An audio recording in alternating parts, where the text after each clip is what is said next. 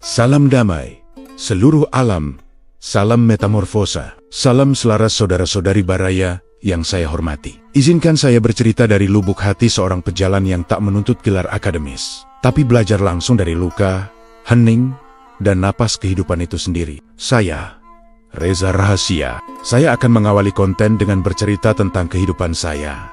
Mungkin banyak yang belum tahu, hidup saya pernah benar-benar terpuruk. Kehidupan saya pernah penuh dengan fitnah, adu domba, bahkan ditinggalkan oleh sahabat dan keluarga. Bagi saya, seni bukan hanya hobi atau profesi, melainkan jembatan menuju jiwa. Saya pernah kehilangan segalanya, termasuk rumah tangga saya sendiri.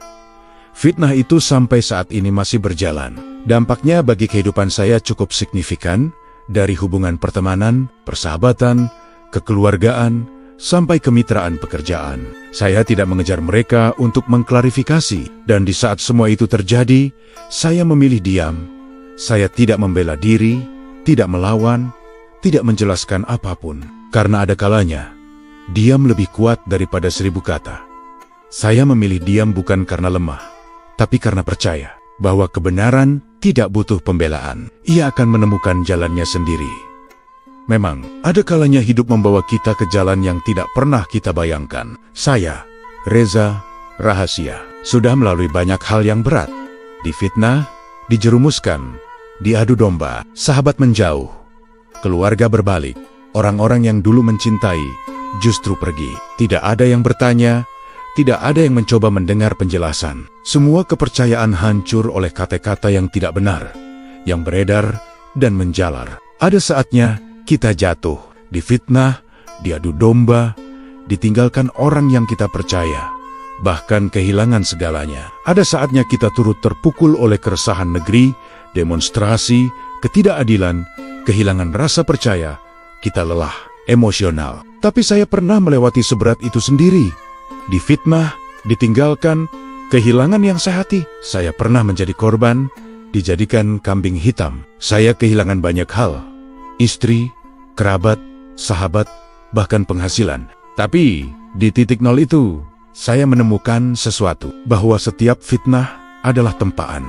Apakah saya larut dalam kebencian, atau tetap menjaga cahaya di dalam hati? Saat itu, saya kehilangan segalanya. Rumah tangga, keluarga, sahabat, bahkan mata pencaharian. Tapi, justru di titik terendah itulah, dari luka pengalaman pribadi itulah, saya menemukan sesuatu yang berharga. Dari kerasnya kehidupan itu, saya mempelajari ajaran Pikukuh Sunda, menjaga hati agar tidak larut dendam dan menyembuhkannya, menjaga kesucian batin dan teknik metode penyembuhan diri atau self-healing. Saya belajar tentang Pikukuh Sunda, ajaran leluhur yang mengajarkan kita untuk tetap menjaga kesucian hati di tengah badai kehidupan. Dan yang mengejutkan, ternyata ajaran ini sejalan dengan ilmu modern. Neuroscience membuktikan bahwa energi batin bisa menyembuhkan luka terdalam. Inilah saya, Reza Rahasia, menemanimu dalam perjalanan pulang ke dalam diri sendiri. Sejak kecil saya tidak suka baca buku, tidak gampang percaya orang lain.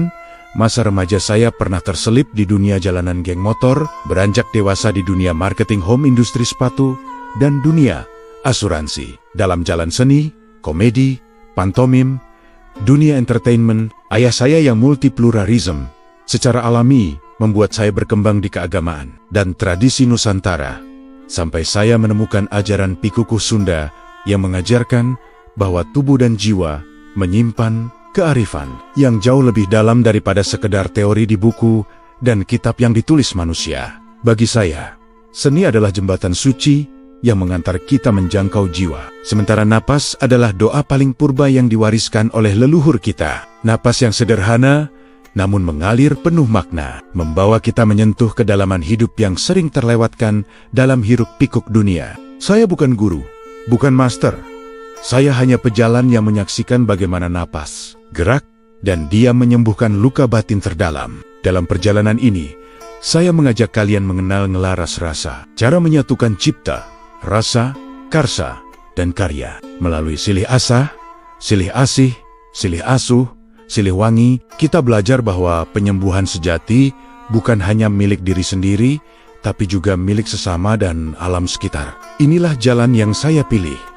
Menghadirkan seni sebagai jalan pulang ke jiwa, menjadikan napas sebagai mantra sakral, dan menjadikan hidup sebagai panggung kesadaran tempat kita semua menari bersama. Saya hadir bukan sebagai guru atau master, tapi sebagai pejalan yang meyakini kehidupan adalah panggung kesadaran, dan kita semua adalah penarinya. Saya hanya seorang pejalan jiwa yang melalui olah napas, seni, dan ajaran leluhur percaya bahwa setiap manusia bisa pulang ke dirinya sendiri. Saya berbagi perjalanan batin, ritual, dan kesadaran yang saya pelajari dari pengalaman, bukan akademi. Bagi saya, penyembuhan bukan hanya untuk diri sendiri, tapi juga untuk sesama dan alam. Universitas saya adalah kehidupan itu sendiri. Dari panggung seni yang dulu saya geluti, saya melangkah ke perjalanan batin yang menuntun pada kesadaran. Semua orang bisa kembali ke jiwanya, membaca kehidupan sebagai mantra, karena kehidupan adalah karya agung. Saya bukan akademisi. Saya pejalan, seniman yang membaca jiwa lewat gerak, bergerak dari sunyi menuju kesadaran. Saya membuat konten video ini untuk menemani perjalanan kehidupanmu. Saya bukan siapa-siapa. Saya hanya orang yang pernah jatuh, pernah jadi hancur. Saya memilih untuk tetap berdiri. Saya berniat dan ingin membuka ruang bersama. Ruang di mana kita bisa menyembuhkan dendam, menyembuhkan hati, dan menyalakan cahaya kembali. Selengkapnya, saya sampaikan di konten selanjutnya.